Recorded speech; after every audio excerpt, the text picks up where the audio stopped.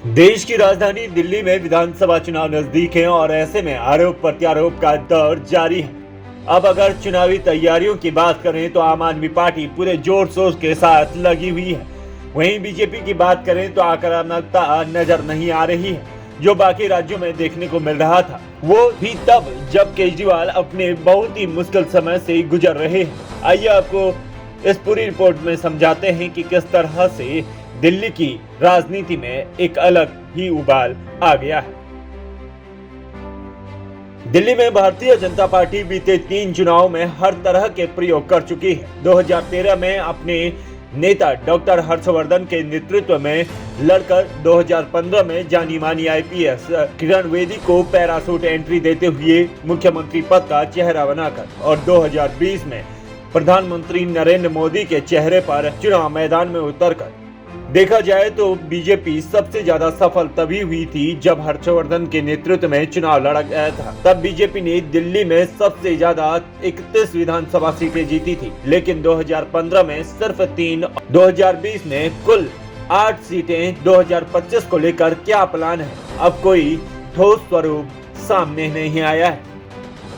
देश के अन्य राज्यों में चुनाव के दौरान आक्रामक हो जाने वाली बीजेपी दिल्ली में एक्टिव तो है, लेकिन काफी हद तक कंफ्यूज लगती है। और ये सब ऐसे वक्त में देखने को मिल रहा है जब अरविंद केजरीवाल अपने राजनीतिक करियर के सबसे मुश्किल दौर से गुजर रहे हैं और सत्ता विरोधी लहर भी फेस कर रहे हैं। अगर टक्कर की बात करें तो 2020 के दिल्ली के विधानसभा चुनाव के नतीजे आने के फौरन बाद ही राष्ट्रीय स्वयंसेवक संघ के मुखपत्र में दिल्ली बीजेपी को खास सहूलियत मिली थी।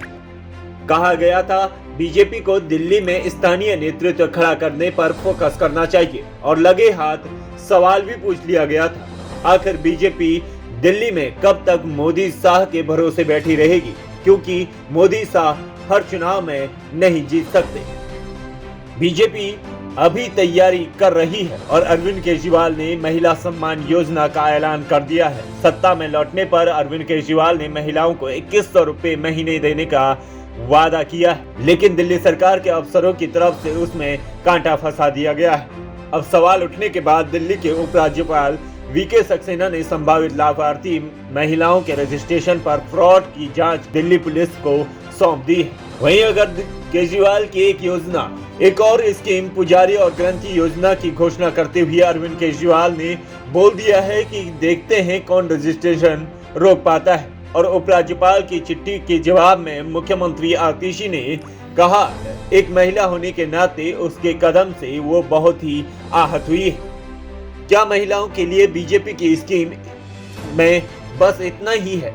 जब तक अपनी तरफ से कोई योजना नहीं लाती तब तक बीजेपी महिलाओं के लिए केजरीवाल की स्कीम पर सवाल भर उठाकर भला क्या हासिल कर सकती है। दिल्ली विधानसभा चुनाव में बीजेपी की कोई हलचल नहीं है। नई दिल्ली विधानसभा को छोड़ दें तो अभी तक किसी और इलाके में बीजेपी की तरफ से कोई खास हलचल महसूस नहीं की गई है।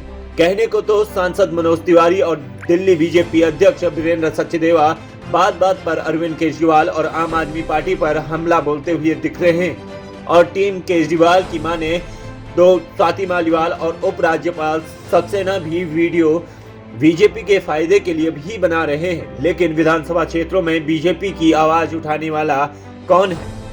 कांग्रेस ने तो नई दिल्ली विधानसभा और जंगपुरा से अपने उम्मीदवारों को घोषित कर दिया है, लेकिन बीजेपी नेता के एक बयान से ही बात चर्चा में आ गई कि वो अरविंद केजरीवाल के खिलाफ चुनाव लड़ सकते हैं, लेकिन बाकी जगह तो ऐसी आवाज भी नहीं सुनाई दी।